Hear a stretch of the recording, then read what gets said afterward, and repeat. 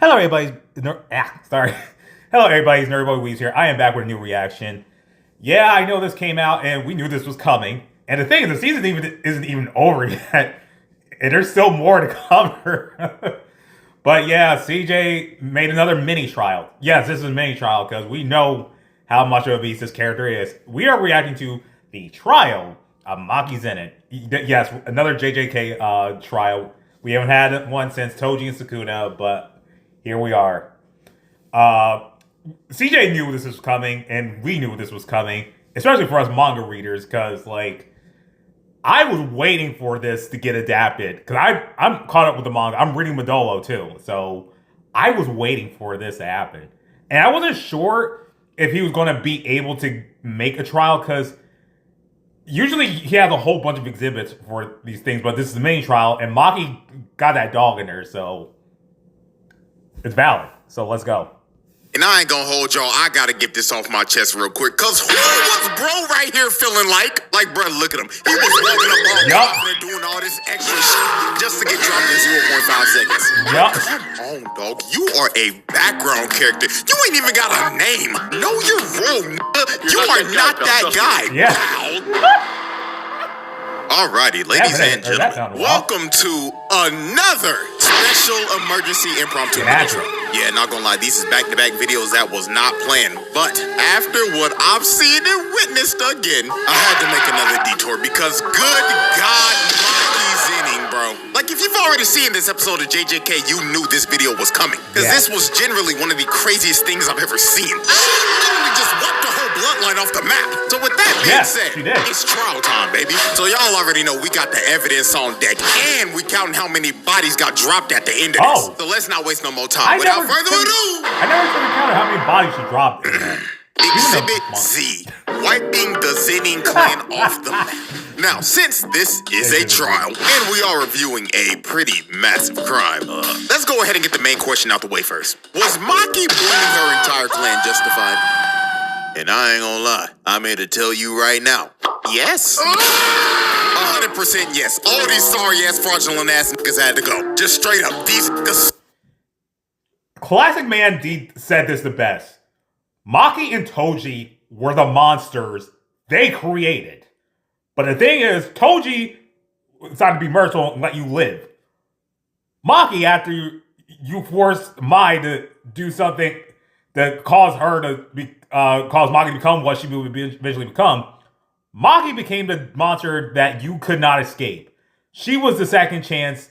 Well, actually, no, she was that strike. That strike that was just, there was no escaping. She was the monster at their door, and unlike Toji, she stayed.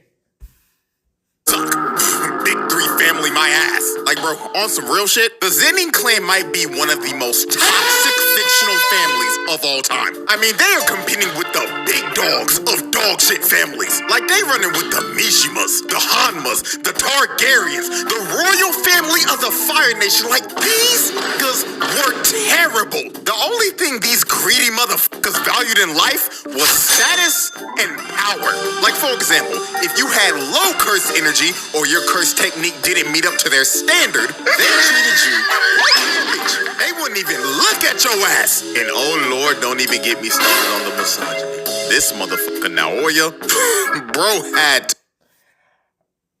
I was talking about this with a coworker because he was saying he's not a bum. He knows him misogynist. He doesn't agree with it, but I was like, I don't care about his technique. He's still a bum. Screw him. I hated his prick in the manga. I still hate him more now in the anime. I don't care, and I'm still pissed off they gave him that meme. I'm salty about it, but what Maki did to Naoya more than made up for it. Thank you, Mappa. Go. This nigga is basically what would happen if Fresh and Fit did the fusion dance. They turned into this motherfucker. I mean, the stuff he was saying about. That was a great jab, because Fresh and Fit, those guys are losers.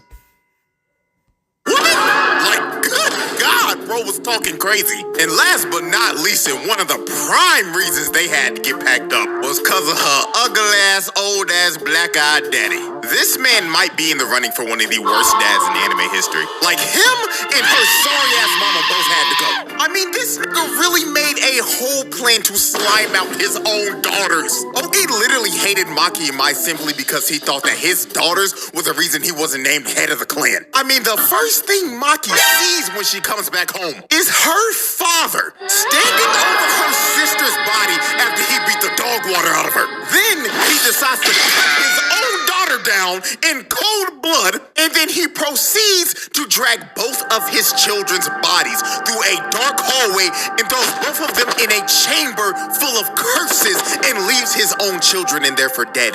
These niggas had to go. Every last one of them. Because these motherfuckers were generally terrible people. So when Mai told Maki to destroy it all and sacrifices herself because her literal existence was nerfing Maki because of the whole identical twin thing in JJK, this was the last day on Earth for every last person in the Zenin compound that day. Because since Mai took all the curse energy with her when she passed, it left Maki with none.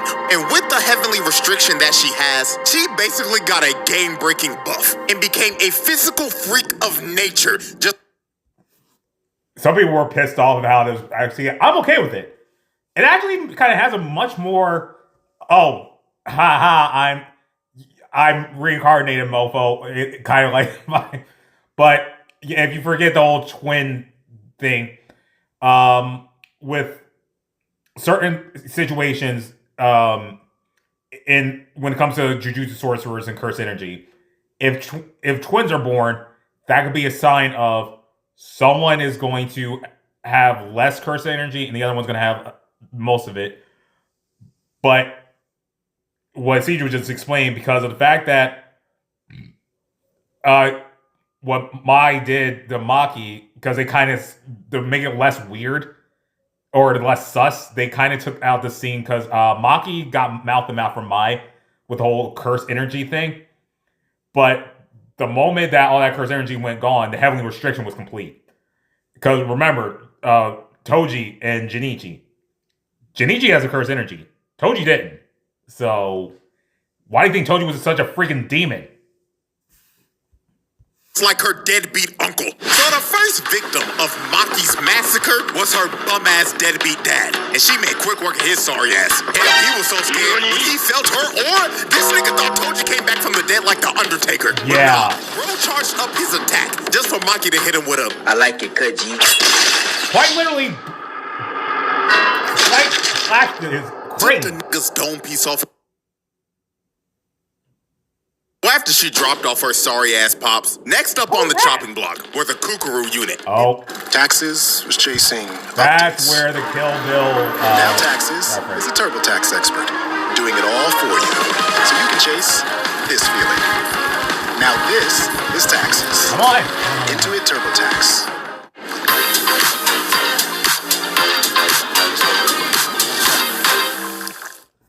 The moment where Maki turned into the bride. Cause the way she was dicing these niggas up really had me thinking I was watching the anime adaptation of Kill Bill. Yeah. Now, let's set the scene. After her pops got a fresh lineup, the whole compound ended up going on lockdown, and Maki ended up getting surrounded by the Kukuru unit. A bunch of nameless Zenin clan NPCs with no curse techniques that ranks were filled up with a bunch of bald niggas and motherfuckers with butts cause that have never had a tip fade or a lineup ever in their life. But luckily for the Kukuru unit, they were surrounding the best barber in Jujutsu Society. So a bunch of them end up running at her, but she swings once and gets a quadruple kill. Then after she drops the first four, she just casually starts to walk down these niggas. Yes. Look at this one kill. She cuts both of his arms off and sliced them down the middle. And while she was mid-air, she hits his sword and it was straight into this dude's neck. I did not notice So after that. she wiped out the first wave of dudes, this one bald nigga, and I ain't gonna hold y'all, I gotta get this off my chest real quick, cause who was bro right here feeling like? Like, bro, look at him. He was walking up all confident, doing all this extra shit just to get dropped in I think 0.5 he's seconds. sorry. Like, come on, dog. You are a background character. You ain't even got a name. Know your role, nigga. You are not that guy, pal. So after this bald nigga lost all of his aura, Maki just continued to brutally murder everyone in sight. Nobody in that room was safe. She was styling on these niggas so hard the screen turned gray and black, just like when the bride ripped the dude's eyes out. Yeah. Cut everyone down. We get to one of her most brutal kills. She drops down like she's about to do a hell sweep, but she kicks this dude in the gut And this kick was so hard, it literally made this dude's head explode. That's what happened? Yeah, not gonna lie, if I'm one of these dudes and I just saw one of my homies go out like that, I'm gonna be real, I'm hopping on a plane and I'm leaving Japan ASAP. Cause I'm not about to lose my life for this shit, gang. A nigga's head just exploded. You got me up. So after she just exploded bro's cranium, these two come in and swing, but they get instantly decapitated. Yeah. Then this one tries to attack her, but she hits the limbo and gives this nigga one of the nastiest side eyes. She really looked at bro like, yes. Are you serious, my brother? Then he ripped his sword in half. And while bro was just left in disbelief, he had no time to think about his next move, cause he ended up getting split in two. Then she ends up jumping up top. And look at this brother right here. You can tell just by the look in his eyes that he done already doodled his pants. And he's regretting his entire life right now. Bro is probably in his head cursing his parents for birthing him in this family. He ends up cutting them all down, painting the wall red, and finally puts that one guy out of his misery. Then she ends up pulling off one of the sauciest sequences in anime history. She jumps down and starts sliding off the blood and booms like 10 niggas. Then while she was still sliding, one dude tries to hit her, but she ends up hitting the limbo again and ends up transitioning into a bicycle kick and snatches bro's ankles. Then the last guy in the sequence got done the dirtiest out of everyone. She slid on the blood while standing upright and pulled up in front of this dude's face. And she stared into his soul and hit him with a Hand me the black mount. Not gonna lie, this might be one of the most disrespectful moments of all time. That was Simply because of how nonchalant she was while doing this. She really slid on the blood and passed by both of these niggas. And singled a dude out specifically, just to hit him with a 1-inch punch and send him flying. Like, that is just flat out ridiculous. So she runs up to this one dude and she packs him up just like Anakin did to Count Dooku. As she cuts his hands clean off and disarms him. And while this dude was screaming in pain, his sword that ended up flying landed on top of this dude's dome. Dude wasn't even expecting it. Poor guy died because of collateral damage. So as Maki continued to cut down the last wave of Zenin NPCs, she decides to finish him off with a Devil May Cry combo. She starts to swing and chop up every nigga in the room. So when she finally stands upright, everybody else in the room and with that, Maki just casually dropped off the entire Kukuru unit that consisted over 100+ niggas. She dropped off over 100 people in that room in about 2 minutes. That's just pure wicked work right there. So after the Kukuru unit was wiped out, we move on to our next set of victims, who were known as the Hei. Now the Hei consisted of the strongest sorcerers in the Zenin clan. All these dudes were semi-grade 1 sorcerers or higher. So on paper, these niggas should not be bums. But Maki didn't give a damn who they were, cause she was here to expose these bums for the frauds that they were. So the first thing that she does is instantly speed blitz Nobuaki, the captain of the Kukuru unit, and she wasted little to no time on his sorry ass. Bro tried to lunge in to attack Maki, but she closed the distance in like 2 seconds and cut his sword into pieces. Then she ripped his throat out, and the front piece of his sword that ended up getting broken off flew back and dug him in the back of the head. Not gonna lie, this has to be her most brutal kill in this whole case, because this was just flat out disgusting. The fact that ripping their throats out is absurd. Not really absurd, but that's just diabolical. Oh my god. Oh my god. Y'all, I said this repeatedly on this channel when Maki came up. This was going to show why Maki is best girl in JJK. I do not give an F about who says otherwise. Just grabbed him by the neck and ripped out his trachea. And while dude was bleeding out and gasping for air, his own sword hits the reverse and throws him in the head. Like, good God, that is just pure brutality. So next up was the old man with the mohawk. And just look at him in this frame. You know damn well his old ass didn't know what the hell was going on. Unk had no business being here. Maki was so fast, she popped up in his face for a good 2 seconds. And you see his death from his POV. Maki ripped his eyes out and crushed them in front of him. She brutally murdered a senior citizen who probably had Alzheimer's disease. So after she took out the first two, she ends up getting hit by this gravity magic attack by this rat tail looking motherfucker. And he was trying to hold her down for this ore farmer Junichi to not do shit. Now, I ain't gonna lie. I'ma be 100% real with y'all. This Junichi nigga had my ass fooled. I ain't gonna lie. I thought he was gonna be one of them ones. I mean, look at the nigga. He looked the part. He looking like Uvo from Hunter x Hunter. He was Toji's brother, for Christ's sakes. I thought he was gonna be like that. But no, my disappointment was immeasurable. He hits Maki with the same move Deku hit Overhaul with. Just a massive barrage of punches that ended up manifesting into a bunch of giant fists. And it looks like this attack should have done something. Hell, the explosion the attack gave off looks like a nuke just got set off. But when the dust clears, the first person that you see is Ranta. And his little rat-tailed ass was bleeding out because he was trying to hold down Maki so Junichi could kill her. And he thinks that he is dying at peace, thinking that his boy Junichi just finished the job. So when he finally dies, you see Maki walk out of the smoke. And when she walks past him, she is carrying Junichi's head. Yep. This kid Ranta died living a false reality, cause his sacrifice meant nothing. Bro died just for Junichi's sorry ass to not do shit and lose every bit of aura bro had. So after the fraudulent four got past, like, I don't feel bad. I don't care if he is Toji's brother. Like, dude, he was as bad as them. He was bad as the rest of the Zenin clan. And the thing is, like, he was pissed off that Nobito freaking made Megumi the leader of the Zenin clan. Like, he was pissed off. Like, he didn't care. He was okay with, like, them framing Megumi, Mai, and Maki, like, and all that. So, like, I don't care. And the thing is, like, even if he did that curse technique was cool, his brother's still he's still the cooler dude, because I would have loved to actually have seen that. Like, I would have loved to see him just put belt a booty cheek on his own brother before his death. The last man standing was none other than the leader of the Zenin clan's most elite squad of bums, the misogynistic tickle master himself, Naoya. And this wide-mouthed, lockjawed, crooked-tooth-looking motherfucker probably gave Maki the best spa day she's ever had in her life. I mean, look at this 5-star customer service. He is massaging every muscle on her body at 24 frames per second. That shit probably feels amazing. Then he got to his chiropractic bag. Niggas started to throw her in the mountains and shit, making sure her bones and joints were loose from all that tension, cause he knew her back had to hurt from carrying this episode so damn hard. So after about a good 12 seconds when the massage was finally over, we get to the demise of Naoya. And one of the most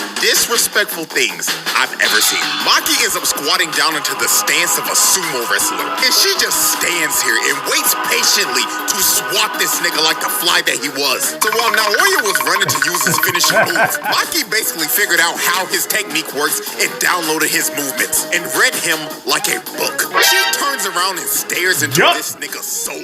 Fist cocked back and loaded, and you can see it in Naoya's face. Bro is looking like the two dudes from the last video that were in the same exact situation. Exactly. He was probably thinking the same thing they were in his last moments. Damn, he really about to rock my shit.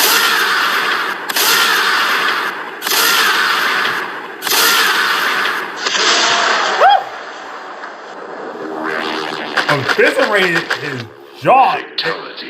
And with his face caved in and skull shattered, the strongest misogynist in history was cooked. And now, ladies and gentlemen, we have reached the final. Did you start using Instagram, YouTube, TikTok, Facebook, or Snapchat when you were between 8?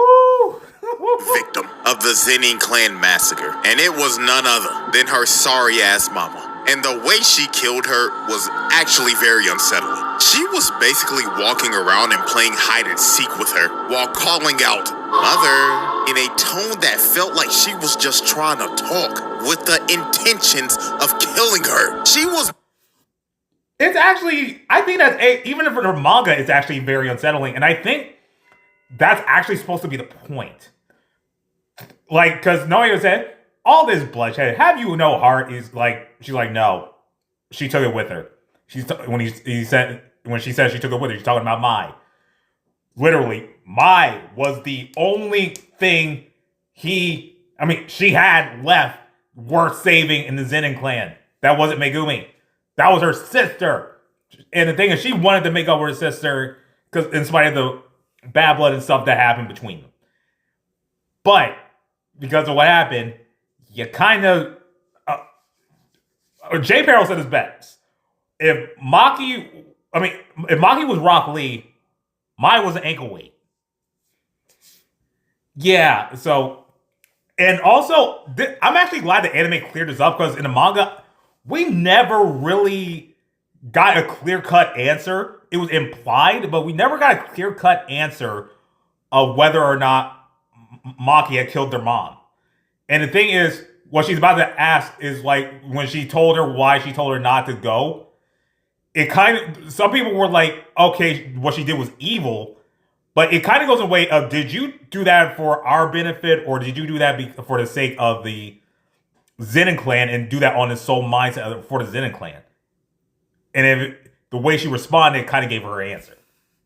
Moving like an actual serial killer. So when she finally found her, you can just see the terror on her face. Because her own daughter that she treated like garbage was about to take her life. And Maki didn't even hesitate to do it. She slit her throat and that was that. Ball game. Now let me give her sorry ass mama a little credit. She did make sure to send Naoya's two-faced Harvey Dent looking ass back to the lobby with the rest of the family. But with that though, every single member of the Zenin clan that was at the compound that day were dead. And Maki's mother was the last on-screen victim of the massacre. Now I say last on screen because guess what? Job's not finished. Because when Mai said destroy it all, she really meant destroy it all. Because after she massacred everybody at the compound that day, she went off and boomed every other Zenin clan member that wasn't there. Yeah, I forgot about this. Okay, the six members of the Hei, the 9 members of the Akashi, and the 21 members of the Kukuru unit who were absent from the Zenin clan's homes. They all met untimely deaths. Yeah, like I forgot. This actually took, I think, about 3 days. Maki, for 3 days after the Zenin clan massacre, murdered every other Zenin clan member that wasn't Megumi, and obviously herself. And the thing is, I would want to. There's something I want to spoil. It involves Naoya, but we'll probably see it later. Not too much longer, but probably later. Yeah. That day, she took every last one of these niggas off the map. You wasn't even safe if you wasn't even at the compound that day. She still found those niggas and killed them.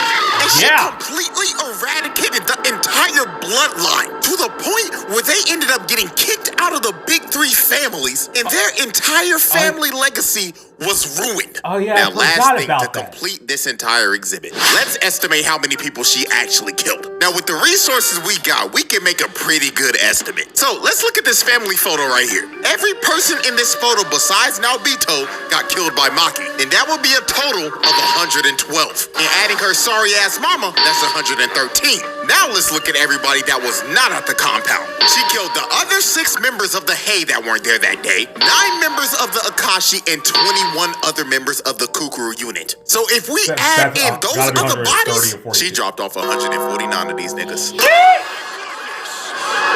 Now this is not a confirmed number, this is just my estimate. But, not gonna lie, that is one wicked kill-death ratio. And with that, ladies and gentlemen, that is a easy pass. Light work, no reaction. Thank you. She really exposed how fraudulent the Zenin clan actually was. Like, it's actually hilarious when you look at this. This clan prides itself off of curse techniques and curse energy. And the fact that all these grown-ass men got wiped off the map by a 16-year-old girl that didn't have a drop of that shit is hilarious. Their legacy is cooked. And you know, all this could have been avoided if they just listened to Naobito's will. But hey, they can all have that conversation down there while they burning in hell. Also for the crime, not guilty. Them niggas had to go. Free Maki, nigga. So with that being said, hope y'all enjoyed. Like, subscribe, all that good stuff, and until next time. Oh, I want to play out. Whenever.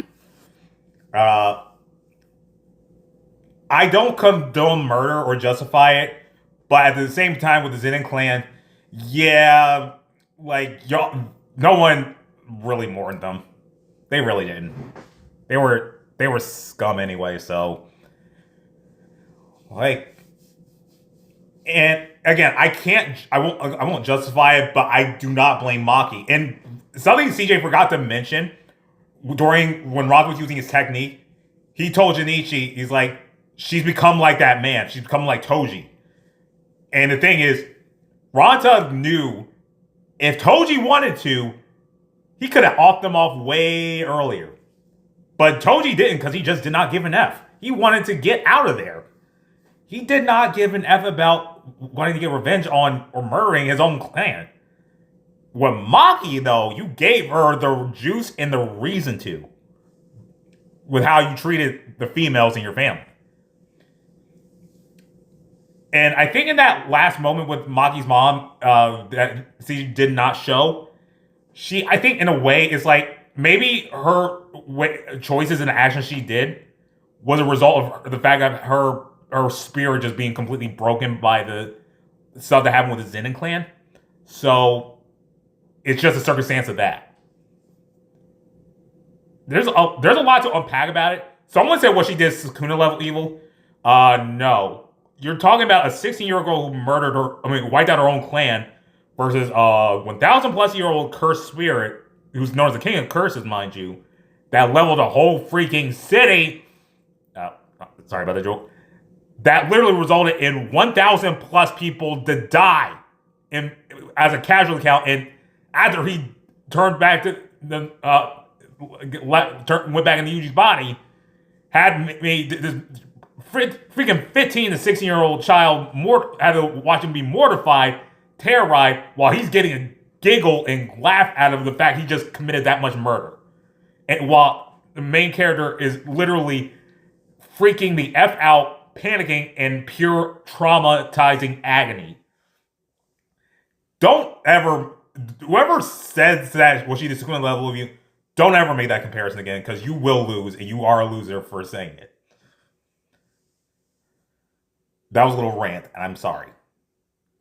Anywho, if you like my reaction, subscribe, share, I'll see you in the next one. Bye.